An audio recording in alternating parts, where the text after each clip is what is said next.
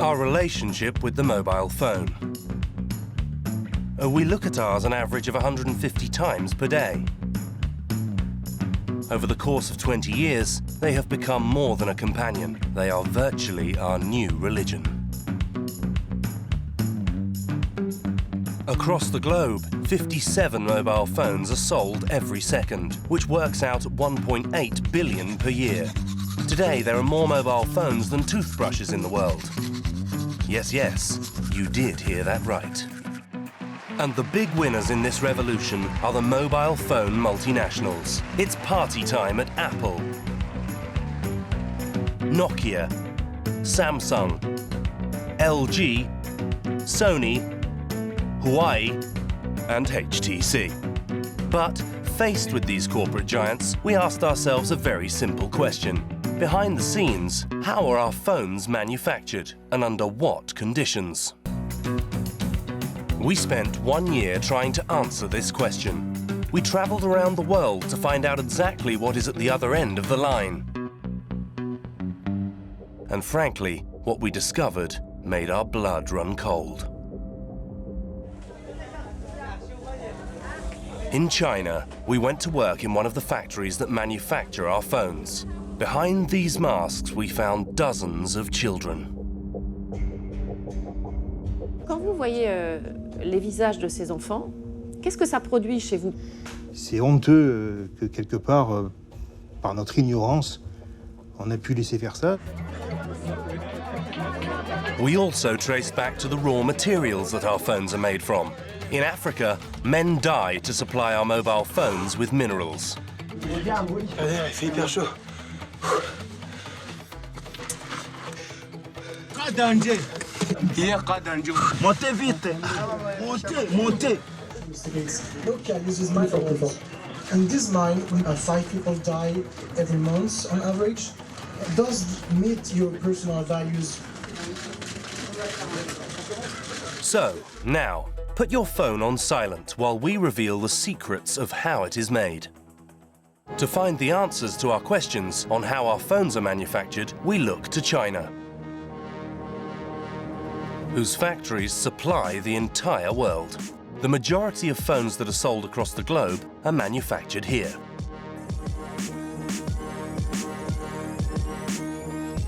We were able to access over 20 reports from a company that analyzes all of the phone's components, including parts, software, and materials. And more importantly, the difference between the cost of manufacturing a mobile phone and its sale price in the stores. Take, for example, the Galaxy S4. Not including marketing costs, Samsung achieves a profit margin of €307. And for Apple's iPhone 5S, that margin is even higher, at €340. Our attention is drawn to another line as well, one that hardly ever changes: labour costs. On average, these brands only spend €2.38 on labour costs per phone. In other words, the Chinese workers only earn enough to buy a couple of loaves of bread to make devices that we will spend up to €900 on.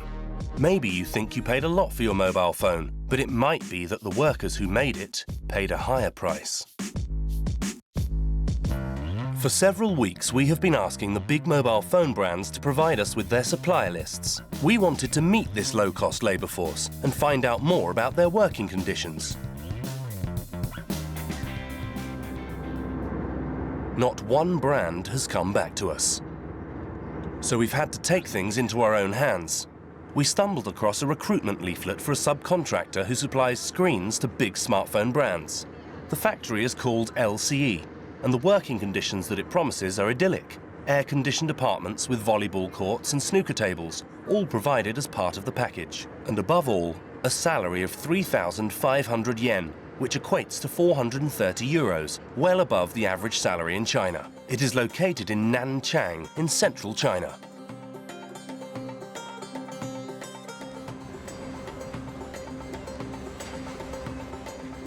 The agricultural city of Nanchang, with a population of 5 million, has become the new labour reservoir for the high-tech companies.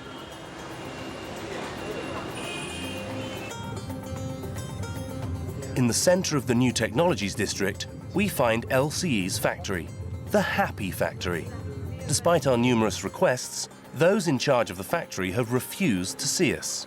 And so we've had to put Plan B into action and have got a job at the factory. In one of the city's hotels, we have a meeting with Jiang, who has been hired by LCE. Jiang has already infiltrated nearly a dozen factories that manufacture smartphones. He works for the NGO China Labour Watch, an association known throughout the world for its investigations into working conditions in China. After 2 weeks working in LCE's factory, he has just quit his job. He wishes to remain anonymous. 这是我拍摄的照片和视频。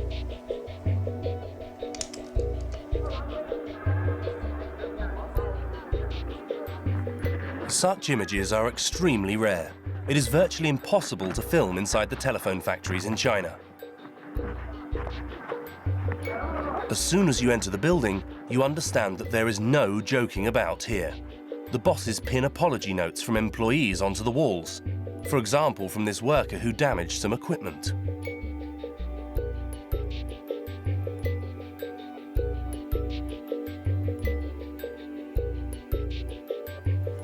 What a warm atmosphere. We see our first images from the factory floors and also get our first surprise. In this happy factory, each worker wears a number on their back, an ID number. C'est courant d'avoir un numéro quand on est ouvrier dans une usine de téléphone portable. 我是第一次进入这家工厂，然后看到他们的衣服后面有编号。我是前天去的。 Jiang worked in the screen quality control department. His job was to make sure that there wasn't a single scratch on the smartphone screens. The supervisors imposed an unsustainable work pace. 大概每天要做个检测的屏幕，大概有6000个。然后基本上是平均是10个小时，也是基本上是3秒钟来检测一个出来。这工资是60元人民币。 At the end of his long working day, Jiang hoped to go back to his large apartment as described in the factory's brochure.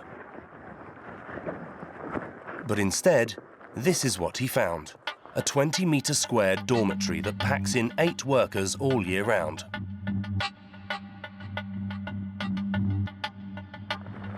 But we find something even more disturbing than hazardous working conditions in this factory. Jiang discovered that it is not only adults behind those ID numbers. 这个是在擦拭手机屏的，这些员工他们都是。 Children making mobile phones, something that is not only completely against international law, but also against the law in China, which prohibits children under the age of 16 from working. 这个是那个四川彝族童工，这些全部都是的。像这个女孩子只有13岁这样。这2个他们都，这个14岁这样的。13岁。然后这个女孩子只有12岁，她跟她妈妈一起，她这小学还没毕业，她就来上班。Il y a combien de mineurs dans cette usine d'après vous? 一些童工的话，可能这个数字就很将近占到50%这样。 According to Jiang, this means that the LCE factory employs more than 100 children under the age of 16. We're going to check it out. Bonjour. Bonjour. Je voudrais voir un responsable de l'usine, s'il vous plaît. That would be this gentleman in the checked shirt. We film discreetly. Bonjour. Hello. 你好。你好。你们是哪里的？ Martin. Est-ce que vous faites travailler les enfants de moins de 16 ans? 这个关于童工这块，相当我们厂里没有，我们是不满16周岁的我们不用，所以不存在童工的现象。Quel contrôle vous mettez en place pour éviter que des enfants entrent dans l'usine? 身份证一定是满16周岁，那个就是差一点都不行。Est-ce qu'on peut entrer dans l'usine pour vérifier avec vous? 是的，我跟人说的我都告诉你们了，剩下的你们该做什么做什么。我们不要打这些闲，不是在闲聊了。好，聊得没错，好吧 OK. Are you convinced? We weren't. But as the manager has forbidden us to stay in front of the factory, we hire a car with tinted windows and park just opposite the entrance.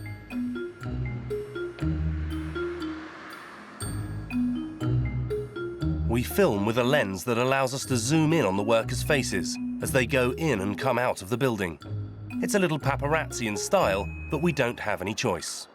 In the early hours of the morning, at the end of the night shift, the workers leave through the factory's main door to go back to the dormitories across the road.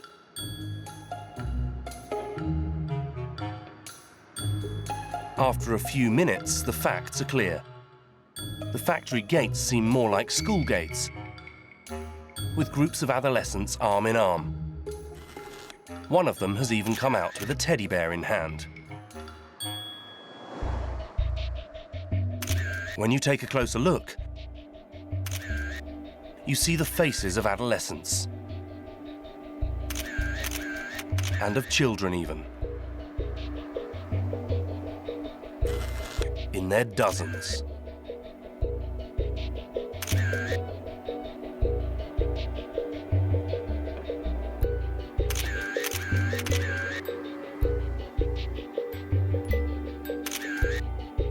We go to ask them how old they are, discreetly so as not to alert the factory managers.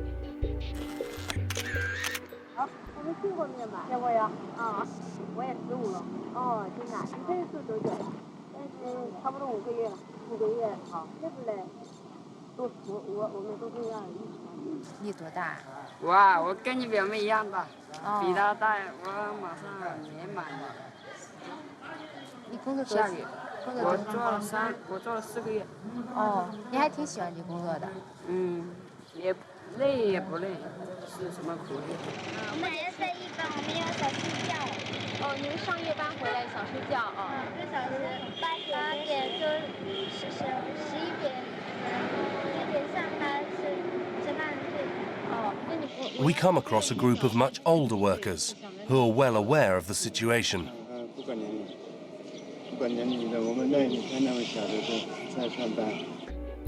Amongst the children who are coming out of the factory, this young girl, whose name is Jia Jia. She agrees to tell us more about her working conditions because she has decided to leave the factory soon. We meet her in a nearby restaurant. Vous avez quel âge?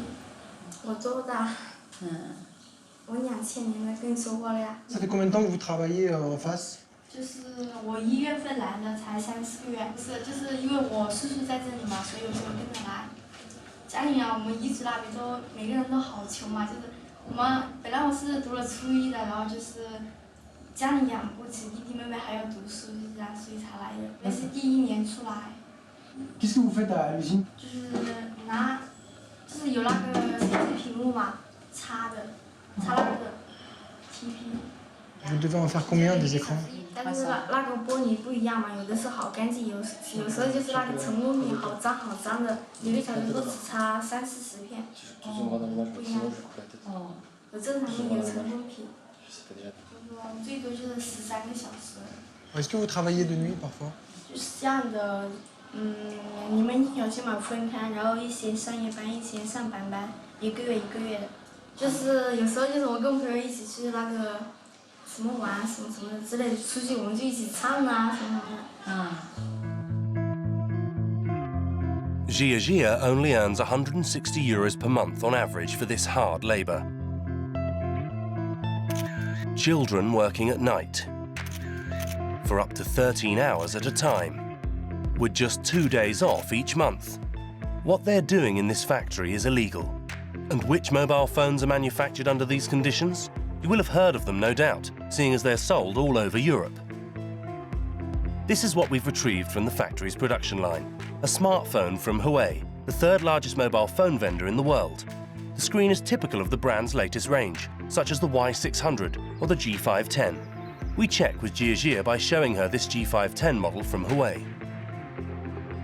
是，就差这一种。 We tried everything we could to meet with the people in charge at Huawei. We sent emails and made telephone calls, but it was impossible to get an interview. We tried again and again, but none of Huawei's managers wants to meet us. Here at Huawei, the question we ask most is not why, but why not? Well, we just want to know why. Huawei gives us this answer. Concerning our suppliers, they must follow a charter that formally prohibits the employment of children. If there is any breach by the supplier, we will take all necessary actions to stop such breach. Huawei doesn't seem to be particularly interested. In its response, it doesn't even ask us for the name of the factory, something which would be useful for them to be able to take action. But to be fair, Huawei isn't the only brand that works with LCE, the factory with child workers. Whilst we were undercover, we got hold of this order sheet from the company. During the months of March and April 2014 alone, more than 600,000 screens were produced. The majority of them have been manufactured for the big-name brands that are sold in Europe. One of its biggest clients is Tino, with 76,400 screens ordered in just 2 months. As it is a Chinese brand, the name Tino might not mean anything to you. That is because these phones are sold under a much more well-known name, Wiko. Wiko, the low-cost mobile phones. Unheard of a few years ago, this brand has since become one of the largest mobile phone vendors in France, with its headquarters in Marseille. We had to persevere for a long time, but finally, the brand's MD agreed to meet with us. Wiko, première, à Marseille.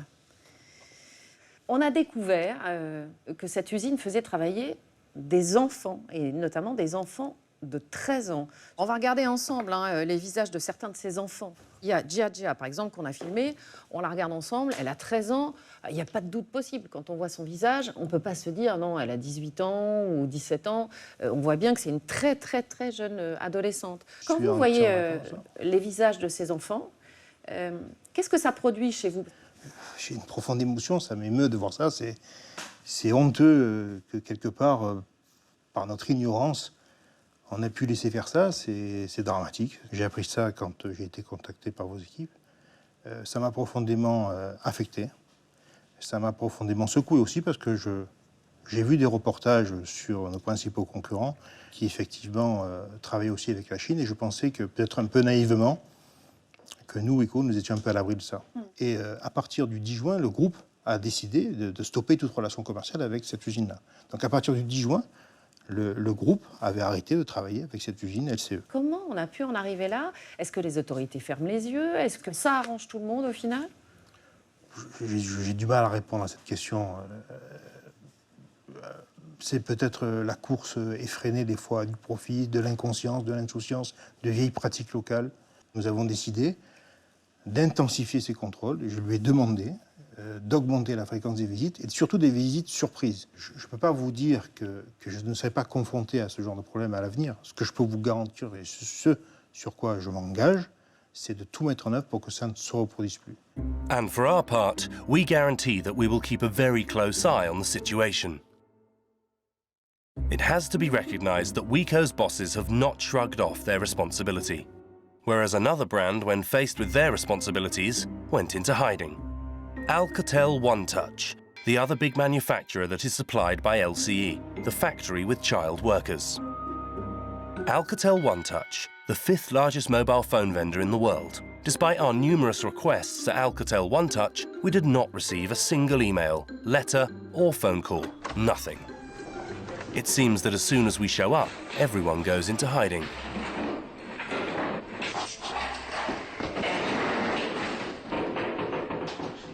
Take a guess at how many phones have been sold across the world since you've been watching this investigation. 123,000. To fulfill such high demand, it's clear that a large number of workers are required, but also a large number of raw materials. Let's take a closer look at a smartphone. Have you already asked yourself, what exactly is in my smartphone? Well, there are more than 300 parts, with the majority made from minerals. Your screen? Made with aluminium from Australia. The welds of your circuit board? Made with zinc from Malaysia. The wires of your chip? made with copper from Chile. Your battery with lithium from Bolivia.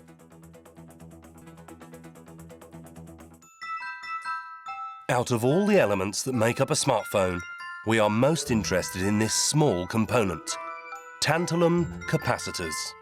It stocks energy and resists heat very well. When the battery on your phone dies and it switches off, it's thanks to the tantalum that you don't lose all of the data that you have in it. With 3 capacitors per smartphone, the mobile phone industry is one of the biggest consumers of tantalum. 80% of the world's reserves of this mineral are found in the Democratic Republic of the Congo. After a 6,000-kilometer journey, we arrive in Rubaya, in North Kivu. It's from here that most of the mobile phone brands extract the essential tantalum. However, we have barely even stepped off the plane before we start to understand exactly what it means to live in the world's second poorest country. In Rubaya, there are no roads, no networks, no electricity, no drinking water, and very little food. A river runs through its center, but there isn't even a bridge to get across it. However, the city backs on to a gold mine, or rather a tantalum mine, that sits high up there.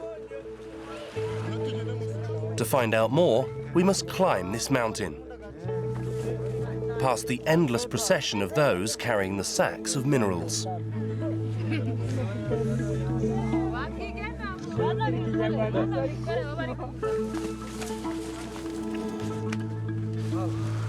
We have government authorization to visit this mine, but on site, those in charge are not having any of it. Il faut aviser.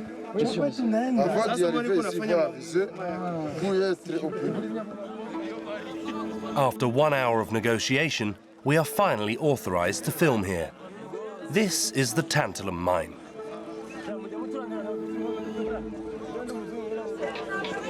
Miners squeeze themselves through these holes, with 3,000 people working here day and night. Last year, 360 tons of tantalum raw materials came out of these pits. Here they call the raw tantalum coltan.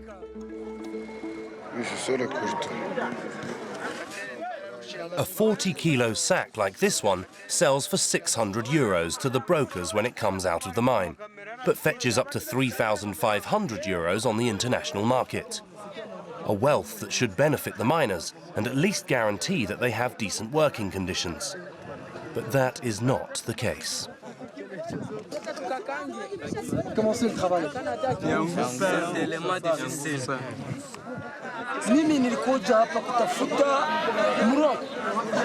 How long have you been working here? 3 months. 3 months? Yeah, it may be enough for me. Is it dangerous? It's dangerous.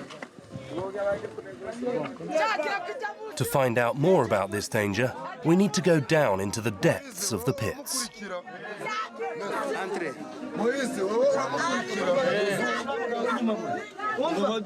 The mine is very narrow. And the further we go down, the less oxygen there is. The temperature is 43 degrees.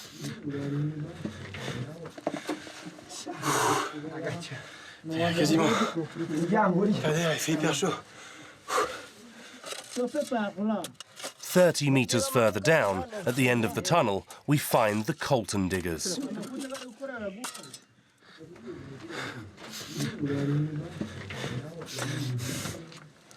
Some rudimentary wooden planks hold up the gallery. Combien d'heures vous restez par jour? 12 heures par jour. 12 hours per day, with a total daily wage of €5.50. C'est difficile. Ça, c'est un beau morceau? Le coltan, il est jaune, c'est ça? Le coltan. Le jaune, c'était coltan. And while we are filming, the gallery's ceiling begins to collapse.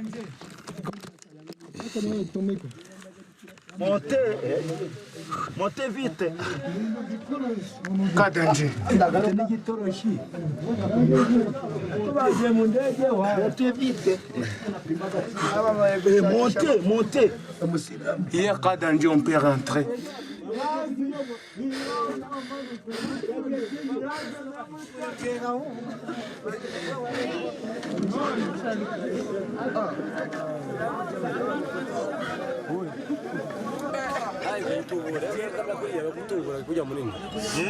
Rock slides are what all the miners are worried about.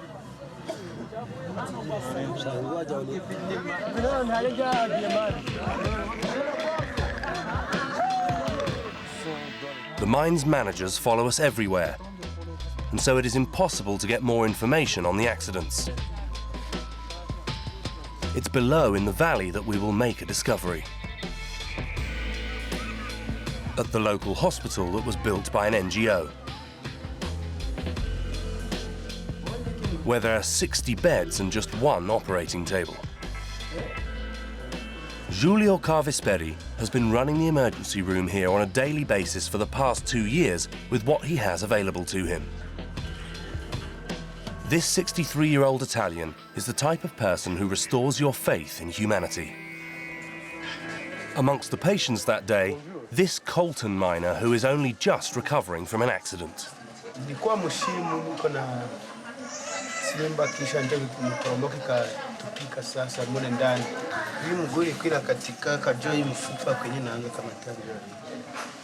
La plupart des blessures sont au niveau des membres, c'est-à-dire les fractures des jambes, des pouces ou des membres supérieurs, traumatisme thoracique et traumatisme de la colonne. Parfois des blessures ou une commotion cérébrale. Injured miners make up the majority of patients in the hospital, with an average of 50 cases per month. And seeing this procession of victims, Dr. Giulio, as he's called here, always asks himself the same question. Quel est qui vous pousse à entrer là-bas en cherchant les dangers qui est là? Silikujitoa juu ya ukosefu.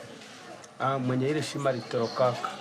Juu tulikuwa kama 5, 4 wakakufa, mimi wakanitosha. Wakati nisikia ile aksida akatoroka. Ça, c'est les antipiques. Lui, il est sorti, mais 4 sont restés là-bas. Combien de fois se sont passées cette histoire là-bas? Nous, on ne connaît pas. Personne ici va le dire. Officiellement, on n'a rien. Ça sont, comme vous venez de dire, sont les morts fantômes. The phantom dead. Dr. Giulio certainly sees hundreds of injured miners come through these doors, but he never sees any bodies. Why is that? This evening, in the village, with no one watching, we meet with a miner who has just retired. Norbert Buira. He left the mine because he was scared to be there. Quand il y a éboulement, on laisse la partie déjà ébouler et on dévie. Donc les corps, on les laisse à côté. On laisse les corps à côté et on continue avec la recherche. Donc ceux qui meurent dans les trous là-bas, et c'est tout, et c'est déjà leur tombeau. C'est ça normalement dans la carrière. Vous pouvez entrer à 8h et à 8h05 déjà vous êtes mort. Donc vous êtes candidat de la mort là-bas. We're talking about dozens of deaths.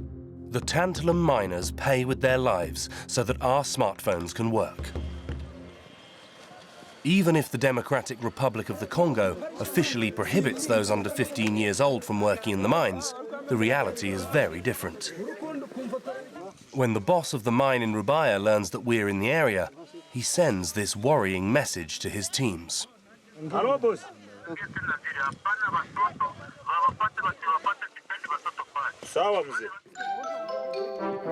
So that is why every time we approach, the children run away from us.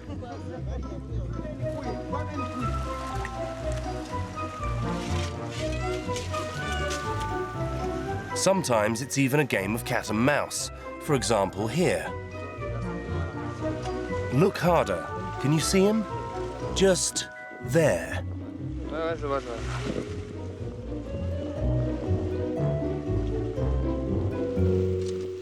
One of our contacts on the ground has been able to take this photo from just before we arrived. Here's the Congolese version of mining school. Children that risk their lives, and miners buried alive in a village that is cut off from the world. It is under these conditions that the tantalum we have inside our phones is extracted. But who is it exactly that profits from such a situation? We'll have to follow the trail of the sacks of tantalum, all the way to those who sell it at international level.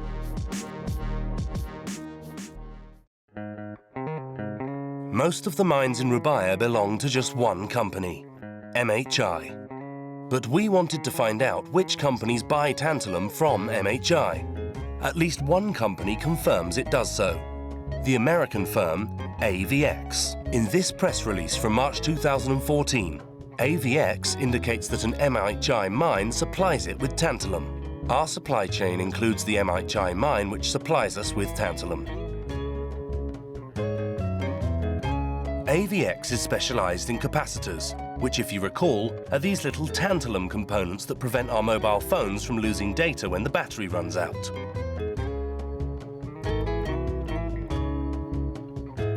In this wonderful internal PowerPoint of AVX, we discover who are its largest purchasers of compositors. We find RIM, the parent company of BlackBerry, as well as Motorola and Nokia.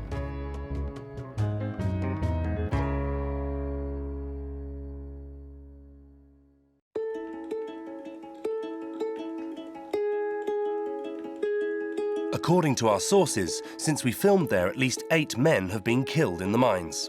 Nokia had promised to give us an in-depth reply, but instead, we received this email from Nokia's global management.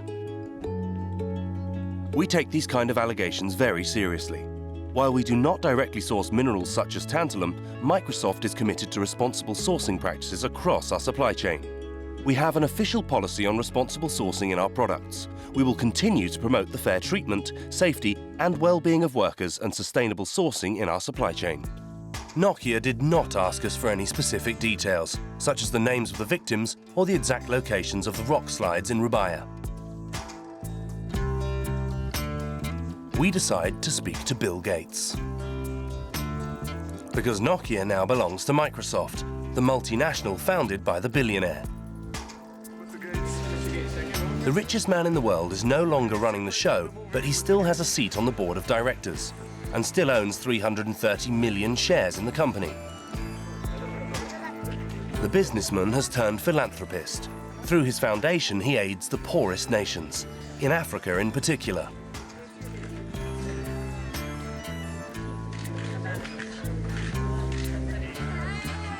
Therefore, surely he would be concerned about the situation of the miners in Rubaya, who die making Microsoft/Nokia phones.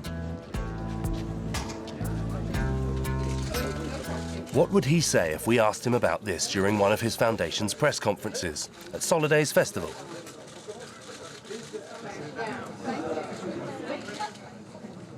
Une question. We have been investigating this last 9 months on the Nokia supply chain, which now belongs to Microsoft. Some of these minerals come from Democratic Republic of Congo. In this mine, we witnessed child labor. 5 people die every month on average. So here's my question, Mr. Gates. Does what I just described to you meet your personal values or Microsoft values? And also, how come a company like yours cannot prevent this kind of situation? Okay, I'm sorry, but nous sommes ici pour parler de la fondation et pas de Microsoft. Okay, I'm sorry, this serious matters. I'm sorry to insist. If you could answer, that'd be great for French national TV. Yeah, I mean, I'm not working at Microsoft as an employee anymore, so I'm sorry. Well, you're still a board member, aren't you? Ok, je suis désolée, c'est une conférence de presse sur la fondation de M. Gates. Et sur Une question? Oui. Question. This way, please, this way. Devant vous. Mr. Gates, I'm sorry to insist. These are serious matters. I know you're committed to the right. Please, just one answer from us. So are you beginning to understand how these big smartphone multinationals work?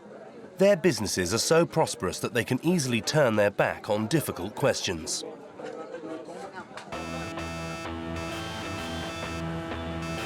During this investigation, another big-name brand has continually turned its back on us, although it flaunts itself across the globe. Samsung, the biggest phone vendor in the world, with 300 million smartphones sold last year. It is also the brand that is the most criticized by the NGOs, because despite numerous controversies, the multinational has not changed its ways. Recently, China Labour Watch published 7 reports denouncing the deplorable working conditions at the subcontracts of Samsung. And every time, Samsung has announced audits, all of which found nothing. For China Labour Watch's director, the reason for this is simple. The subcontractors are given advance warnings of the inspections. 所有的公司都可以去做，但是问题他们不做，他们不愿意去做这个问题。实际上，我相信他们做比我们更专业，可能更好，更有更多的这个不管是人力还有资源方面，都比我们更充分的。他如果说了解到这个结果，他就要付出改善的成本，就是费用，他要投入很多的资源去做改善，这样的话会增加他的费用，会减少他的利润，这个是关键的。 所以说，他不愿意去了解这个情况的原因是，他们不去做调查的原因是因为他们不想了解情况，然后他们就算了解情况，他们也不做调查，这样的话，他们就可以节约他们要支付的成本。 China Labour Watch is not alone in pointing the finger at the smartphone manufacturer. In Samsung world, cases and controversies multiply as rapidly as the mobile phones are produced. In Brazil, 2,000 workers suffer from health problems due to the unsustainable work pace, and it's the state who has filed a complaint. O pede uma indenização de 250 milhões de reais da Samsung por danos morais coletivos. In England, a famous consumer rights NGO classes Samsung amongst the least ethical mobile phone brands in the world, behind its main rivals. They give it just 4 out of 20. In France, 2 associations are filing cases against Samsung. They chastise the brand for misleading consumers by promoting ethical commitments that they don't honour. We have printed off all the reports and claims. There are so many that we have to put them in a suitcase. Then we headed to Barcelona. We have been trying to get in touch with Samsung's managers for weeks without any success. But this time, we know where to find them. According to Christopher Columbus, it's just there, to the left. At the Mobile World Congress, the annual Congress of mobile phone manufacturers, with 70,000 visitors and 1,700 exhibitors.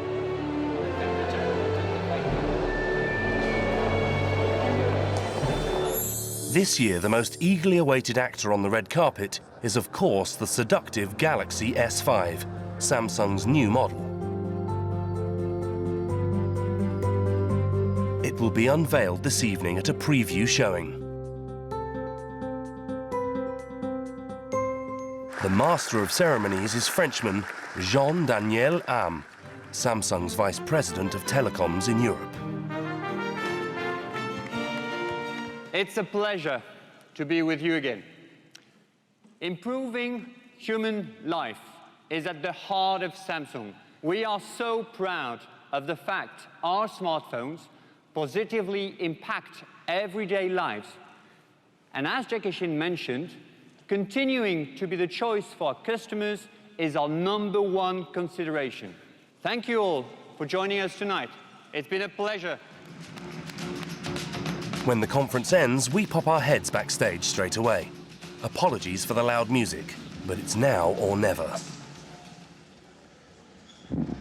Ah, bonjour monsieur M, je voulais vous parler. Élise Lucet, France Télévisions. Bonjour. jour, je voulais vous parler. Non. Élise Lucienne, parce que je regardais tout le show, là, c'était très intéressant. Merci. Je voulais vous remettre ces documents-là. Non, merci. C'est China Labor Work. Merci. Pas d'interview. Non, mais c'est la manière dont sont fabriqués vos téléphones avec du travail d'enfant. Désolé. Avec des gens qui travaillent 18 heures par jour. Non, merci. Avec des gens qui n'ont que $3 de salaire. On va laisser, je vous entends pas bien, on va laisser terminer le show. Oui, mais parce qu'en fait, c'est très difficile d'avoir accès à vous, donc je voulais vraiment vous poser des questions. On a un service de presse qui pourra très bien vous répondre. On les a sollicités, mais c'est très difficile. Et comme vous parlez français, je voulais vous poser des questions. Je suis sûr qu'ils reviendront Ça vers vous vous. pose problème, j'imagine, que des téléphones Samsung Je suis soient désolé. fabriqués par des enfants. Pas d'interview. Ça vous pose un problème, j'imagine. Non, mais on n'a pas prévu d'interview sur 864 aucun pages. autre sujet que les téléphones ce soir. Florence 864 pages, il y a des rapports, il y a des plaintes aussi qui sont vues, bien sûr. Bien sûr, oui, mais c'est vous qui m'intéressez. Là, J'en suis ravi, mais il y a 864 pages de rapports, des plaintes qui sont déposées en Chine, qui sont déposées au Brésil. Ouais, vous n'attendez pas à ce genre de questions, en fait. Merci. Jamais. Ni aujourd'hui, ni demain, ni jamais, j'imagine. Merci. Merci en tout cas. Merci.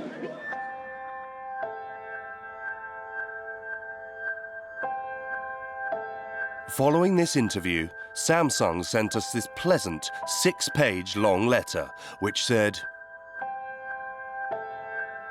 Samsung Electronics strives to offer a working environment that meets the highest standards in the industry. Out of more than 90,000 workers, not a single worker under the legal age has been identified.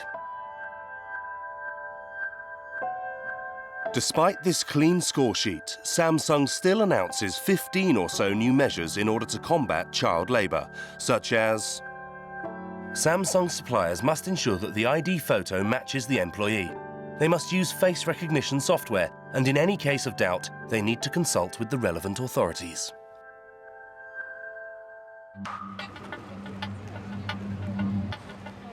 We're in the same position as you. Looking at our mobiles, we never imagined that they would contain so many secrets. And it's not over yet. One of the parts in our cherished mobiles is also one of the biggest causes of pollution in the world. It's the domino effect. At the end of the chain, an entire town is sacrificed to manufacture our phones.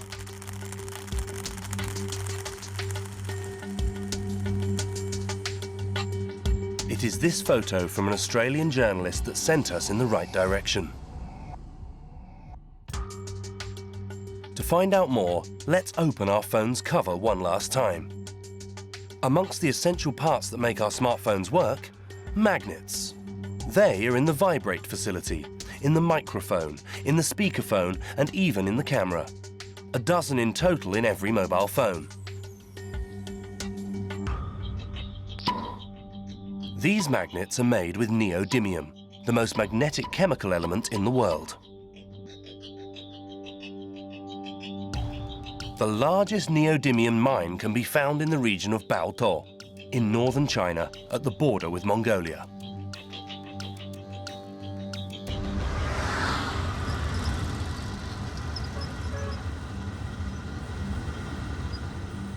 Our mobile phones' magnets are born here, in these neodymium mountains, which accounts for 97% of the world's production.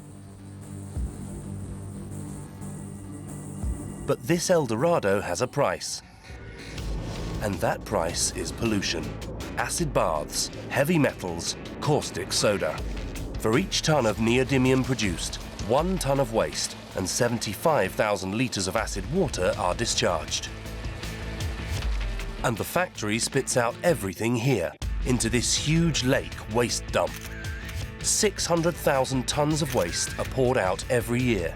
The lake stretches over 11 square kilometres, an area equivalent to Saint-Tropez, but with less sun and more radioactivity. According to this internal document from the International Atomic Energy Agency, the area is highly radioactive, thanks to the chemical waste.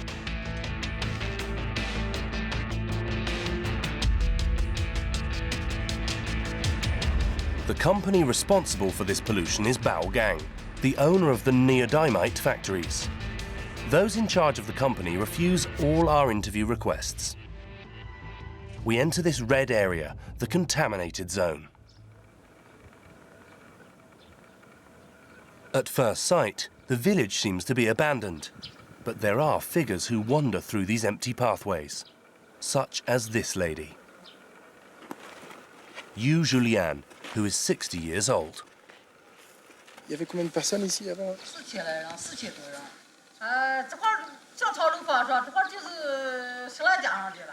Et les gens sont partis à cause de la pollution aussi?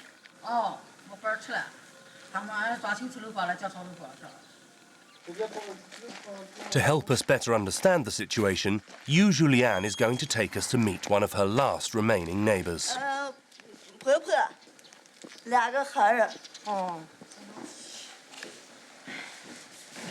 这就咱们的水，那种小孩早上晚回来不给你倒开水喝，就舀起来冷水，一喝就肚难受、拉肚子，主要情况就是这么的。哎呀，我这边倒是也不管，他们我也带也不出来，就天天他们在那说的，我也是。我这块儿是我今天平试试了，你这些事就在关键。 Zhu Zuying would love to leave, but she can't afford to. While she waits, she has no choice but to drink the tap water. One of the villagers points out a well to us, where we can gain access to the water table.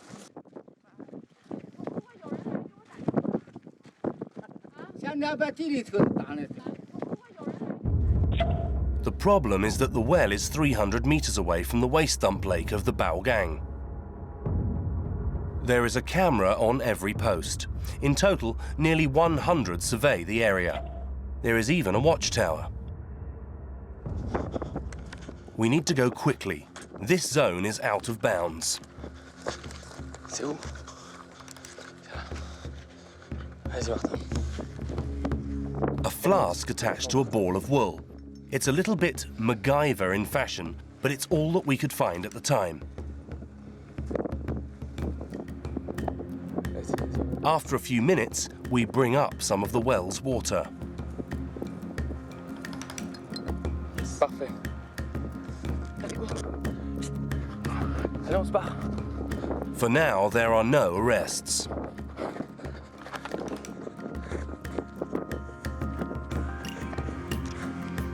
We send the water to our team in Paris, who send it to an independent French laboratory for analysis.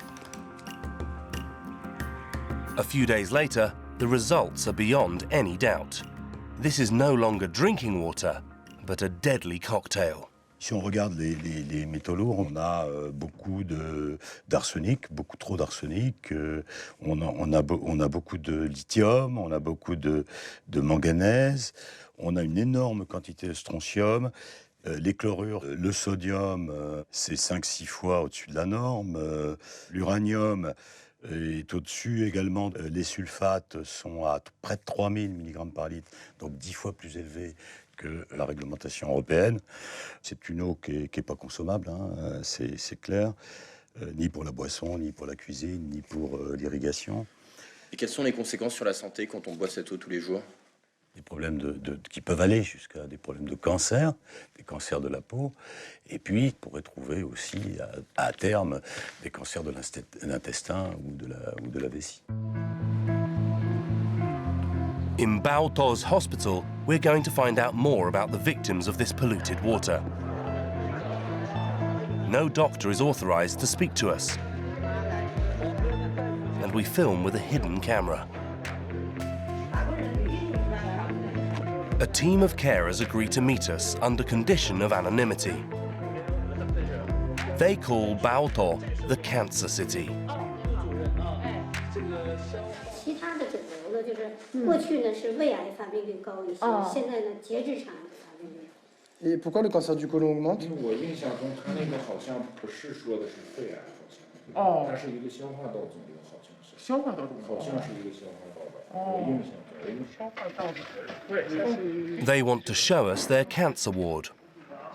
它是一个结肠哦，需要像给这一个楼的一个方面它在自己说就是可以看它压一下床，它出去了，别人这可以98都是肿瘤。到医院我们是已经要确诊的，没准备的确诊的，所以在医院当中呢，我们。 就是包头地区可能和北京那些上海那些发达地区相比呢，还有一定的差距。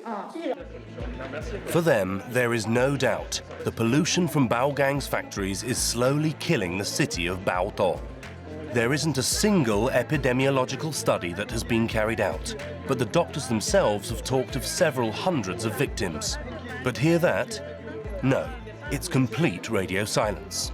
The authorities don't want the story to get out. Their business with the smartphone brands could suffer as a result. As we leave the hospital, we are stopped by security. I'm sorry. We film discreetly. If we want to be able to leave, we have to sign this letter, in which we agree not to carry out any report on Baotou or on its waste dump lake. If any report is published, we will face responsibilities for it. To make sure that nothing can be broadcast, the police also confiscate our photos. But to tell the truth, we'd anticipated this. We had enough time to hide the memory card containing the real images and swap it with another card, prepared especially for the occasion. This was what the Chinese policemen have seized.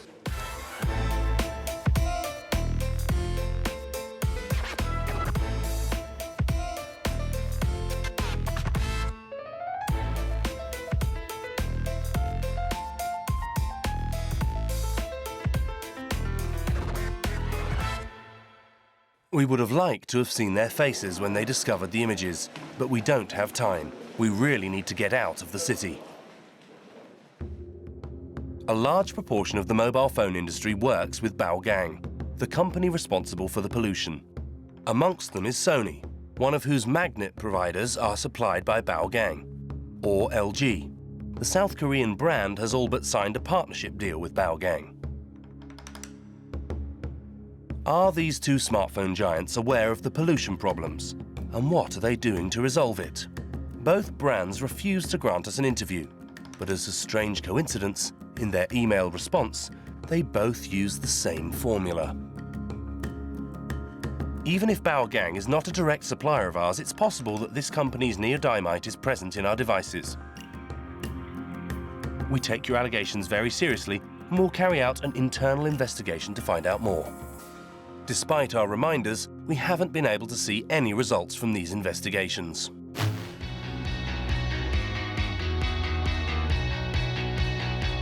When the mobile phone companies don't reply, we turn to their representative.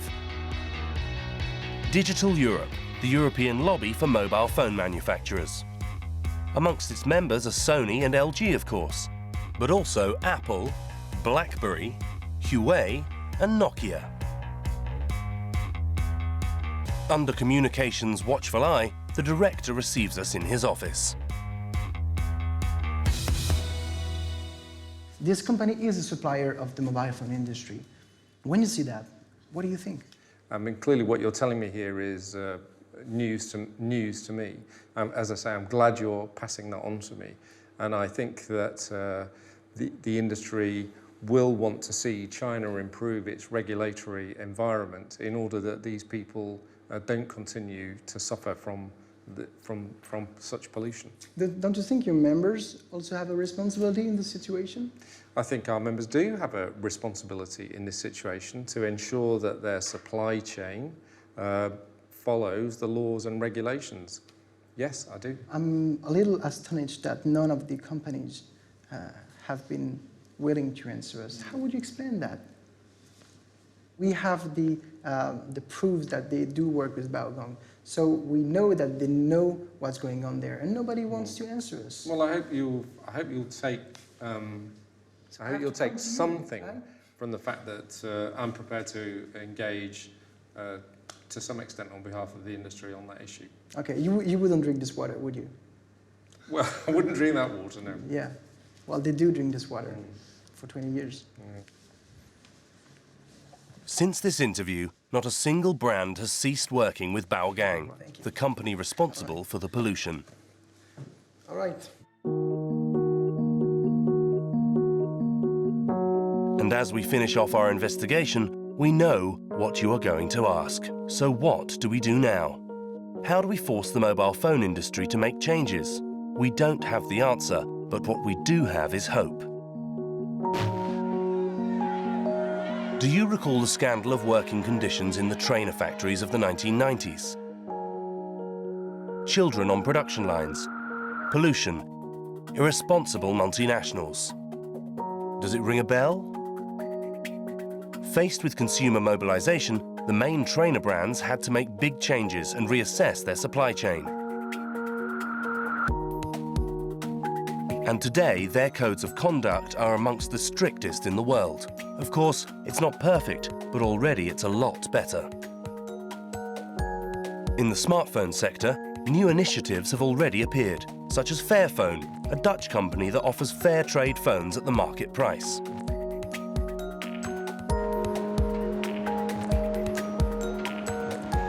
Could this be the start of a growing movement that will demand better production conditions?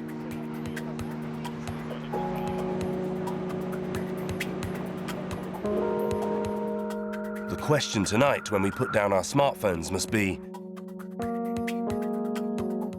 is part of the solution in our hands?